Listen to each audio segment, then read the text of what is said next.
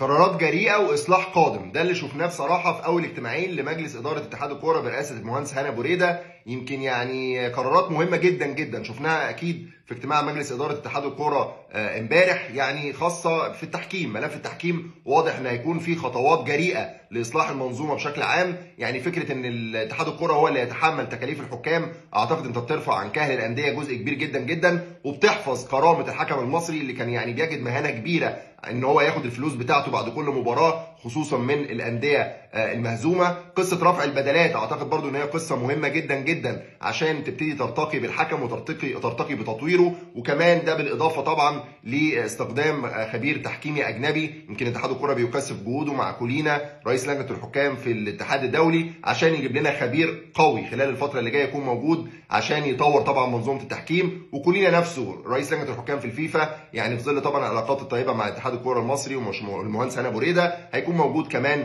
لالقاء يعني محاضرات هنا في مصر على الحكام المصريين. اعتقد اصلاح التحكيم يعني لو اتعمل، بس لو كان ده هو الحاجه الوحيده اللي هتتعمل، اعتقد دي حاجه قويه جدا على المستوى الفني وعلى مستوى المنتخبات. اعتقد اللجنه الفنيه اللي تم تشكيلها لجنه ولا اروع برئاسه طبعا المعلم اللي ورايا كابتن حسن شحاته. اسماء طبعا لا غبار عليها: كابتن حسن شحاته، كابتن محسن صالح، كابتن علي ابو جريشه، كابتن حلمي طولان، كابتن حسن فريق، كابتن محمد عمر، كابتن احمد حسن، وكابتن عبد الظاهر السقا. يعني شيوخ الشغلانه وكمان نجوم الشغلانه بقى كابتن احمد حسن وكابتن عبد الظاهر موجودين طبعا، عشان واضح كده ده مش معلومه ولكن يعني رايي ان هم جايين عشان الاحتراف.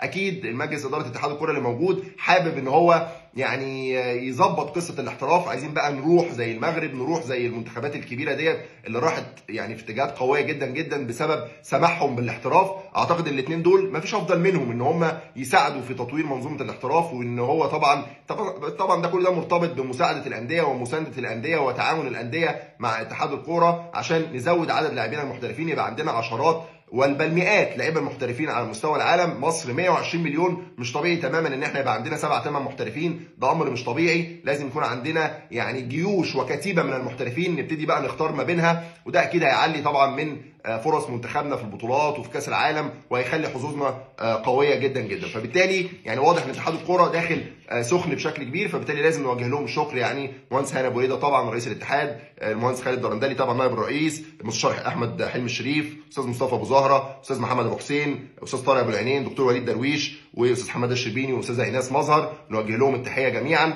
ونامل ان شاء الله كمان ان الفترات اللي جايه يكون فيها خطوات اصلاح اكبر واكتر، وده اللي احنا متوقعينه. بنوجه طبعا يعني مباركه لدكتور مصطفى عزام رئيس تحرير تنفيذي، يعني رئيس او المدير التنفيذي لاتحاد الكره المصري، واكيد دكتور وليد العطار المدير التنفيذي السابق، واللي طبعا هيكون عنده مهام جديده. نتمنى لهم التوفيق ان شاء الله.